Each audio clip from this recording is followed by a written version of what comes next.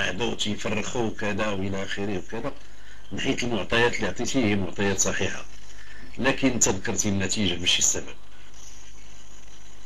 ما تنساش ان المقدم والخليفه وهذا والى اخره والمستشار وكذا وهذا راه داخلين في هذه العمليه هذه، كلهم تيقسموا المصاريف.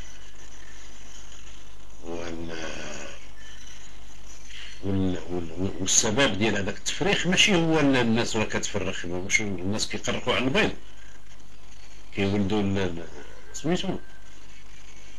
كاينه هجره قرويه صاحبي، المشكل عاوتاني كاين لها عاوتاني المشكل ديال الهجره القرويه، الجفاف وكذا وهذه، والاستغلاليات الصغيره والمتوسطه بسبب الارث. عمليه الارث هذه اللي كتجزأ داك الشيء بواحد الشكل غريب جدا، اللي ما استطاعوش الفقهاء ديالنا بكل اسف انهم يحلوا هذا المشكل هذا وهذه المعضله هي كتشتت الزرع وتشتت النسل.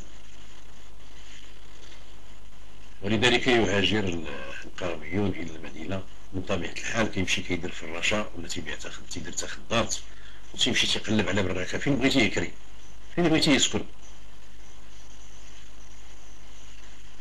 مهاجر القروي الى المدينه، هذا كانت معضله، اذا خصها تحبس بالله الهجره القرويه، معضله هذه. داكشي يدو فين الدخول. لا راه ماشي مسؤوليه الحكومه، لا مسؤوليه الحكومه، مسؤوليه الحكومه هي اللي خصها توضع مخططات وبرامج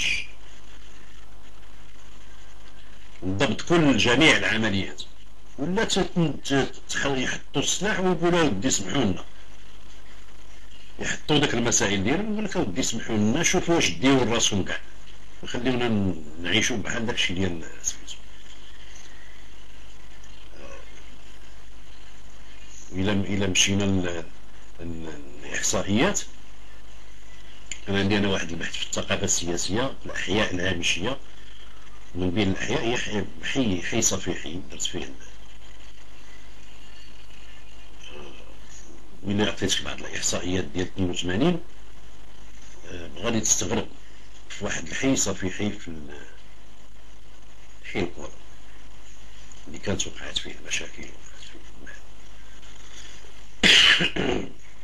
وغنجيك حتى النتيجه كيفاش تفرقوا الديور على هذوك الناس. وكان السبب هو واحد سوبر قاي برقيه، انا غنذكر كاع الاسم ديالو، برقيه كان شاد كلشي، المارشي ديال يعقوب المنصور ديال الخضره وديال الحوت وديال هذا، وشاد كلشي، هو اللي كيوزع البنات وداخل حتى في عمليه ديال بيع الاراضي.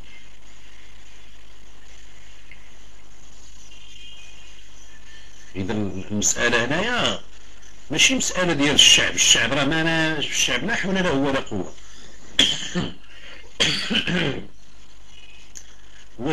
وبعدا يعقوب المنصور المكان ديال تواجد الحي الصفيحي، مثلا حي القرعه، كاين الصوت ولا ما كاين الصوت؟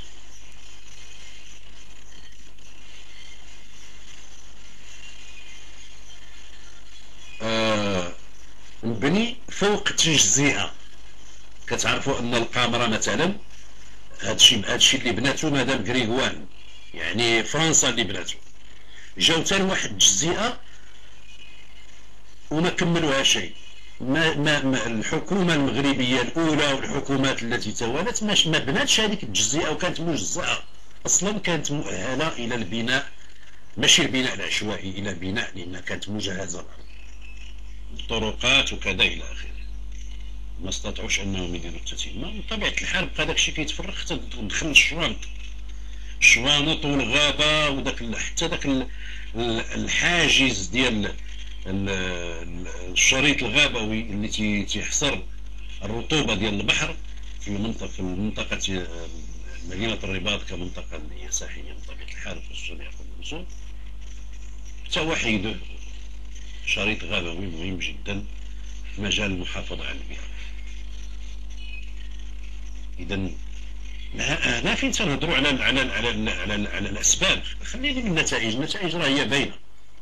وقال لك غادي 2008 في مدينه ما غتبقى حتى شي دار الصفيح ماشي غير في تماره، في الولايه في الجهه كلها، بعدا وخصوصا في ولايه الرباط سلام، ما فيها تمارة وكذا. ولكن في 2008 لم يتحقق أي شيء، وهذه كترجع للمخططات اللي هي المخططات اللي هي ما نعرفوا على اش من خبراء اللي تيعتمدوا، لان فيها محسوبيه. جيب المهندس لطفي هو اللي غادي يصوب لنا يعطيه المشروع، ولا جيب بن سوده، ولا جيب بن نيس، ولا جيب بن جلون، ولا بن الباكور، عطيه هذا الشيء هذا باش يسميتو. اذا هنا ما كتقلبش على الكفاءات، كتولي كتقلب على المصلحة العائلية. إذا هنا النظام السياسي ملي طبعوا النظام العائلي كيفسد. ما كنبقاوش كنديروا السياسة، كنوليو كنديروا القبلية هنا والعائلية هنا والعشائرية.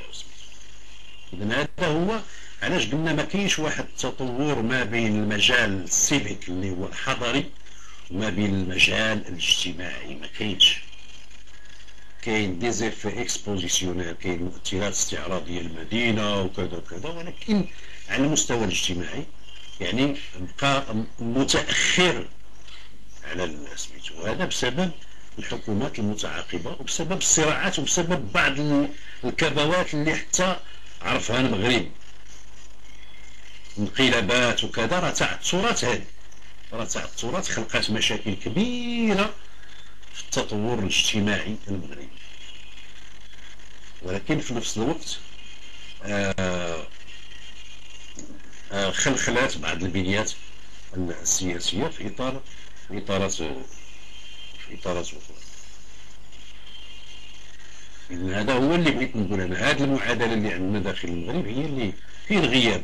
والمعطيات اللي هضرتي عليها اخاي ديال سوين، المعطيات اللي هي صحيحه والتفريق وهذا وجيب ولد عمو وسجل هذا وكذا، ولكن راه ماشي هو المسؤول، راه ماشي هو المسؤول. راه دايرين عصابات في البلديات وكذا والى اخره، بالقيد وهذا والخليفه وهذاك والحجام والحلاق وما نعرفش داكشي بزاف، وكل شيء كيهضر.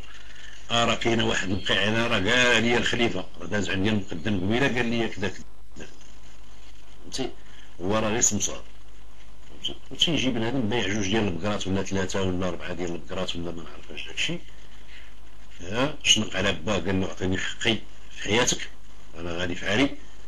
وجا صافي خدا براكه ولا خدا نص براكه ولا خدا بيت براكه، بيت ساكن فيه مع داير شي باب في شي زنقه اخرى ولا ما نعرفش داكشي، وداير عنوان وخصو يمشي يدور مع المقدم ويدور مع القايد.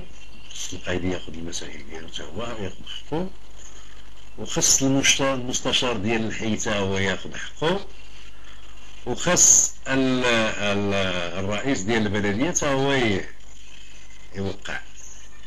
يوقع المستشار، لان المستشار راه تيدبر على راسو، الرئيس راه كيدبر على حوايج اخرى كبيره.